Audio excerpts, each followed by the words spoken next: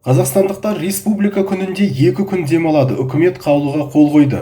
Биыл 25 қазанда республика күні еліміздің ұлттық мерекесі мәртебесінде алғашқы рет тойланғалы отыр. Демалыс күннің кейінге шегерілуі жұмыс істейтін қазақстандықтарға мерекелік кезеңде демалыстарын алдын ала жоспарлауға мүмкіндік береді, деп мәлімдеді үкіметтің баспасөз қызметі.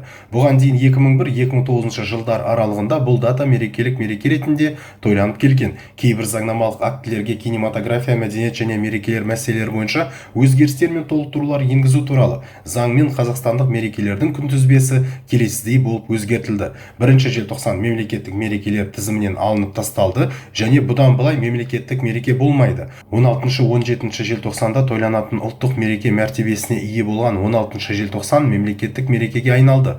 Бұл күн демалыс күні болып есептеледі. 25 қазан республика күні мемлекеттік мереке және демалыс күніне айналды.